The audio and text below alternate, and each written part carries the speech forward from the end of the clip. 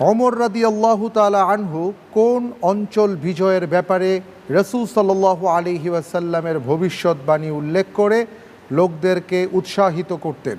ক ইরান, খ ইরাক, গ সিরিয়া, ঘ মিশর।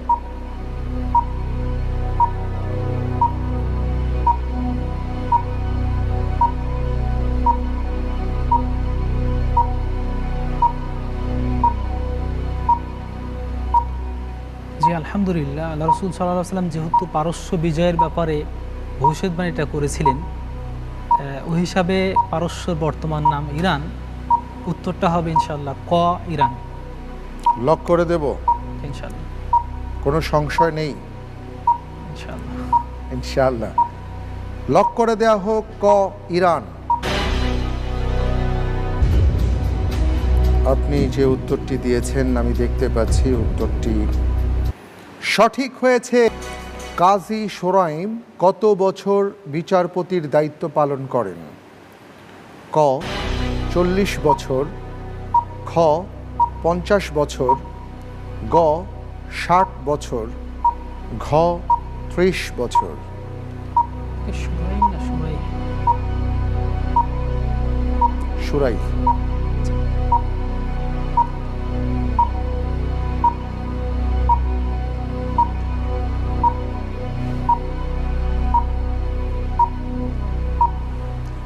জি আলহামদুলিল্লাহ, আমরা জানি আমি যতটুকু জানি আর কি, যতটুকু পড়েছি, উনি 120 বছর জীবিত ছিলেন। এর মধ্যে অর্ধেক বয়সটি উনি বিচারপতির দায়িত্ব পালন করে কাটিয়েছেন। অতএব উত্তর হবে গ 60 বছর। গ 60 বছর। জি লক করে দেব? জি ইনশাআল্লাহ। লক করে দেয়া হোক গ 60 বছর।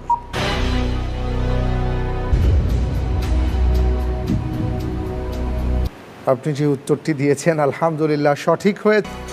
বিদায় হজের পূর্বে মদিনায় অবতীর্ণ সর্বশেষ আয়াত কোন দুটি? ক সূরা বাকারার শেষ দুটি আয়াত, খ সূরা তাওবার শেষ দুটি আয়াত, গ সূরা মুহাম্মাদের শেষ দুটি আয়াত, ঘ সূরা হুজরাতের শেষ দুটি আয়াত।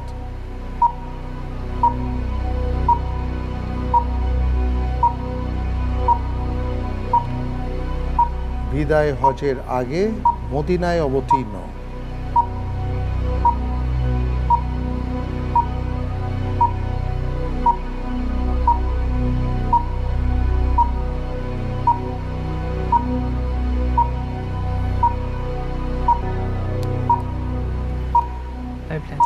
লাইফলাইন নিতে চাচ্ছেন?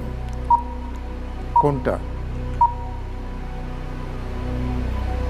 বিশেষজ্ঞ প্যানেলের সহায়তা। আব্দুর রাজ্জাক ভাইকে বিশেষজ্ঞ প্যানেলের সহায়তা দেয়া হোক।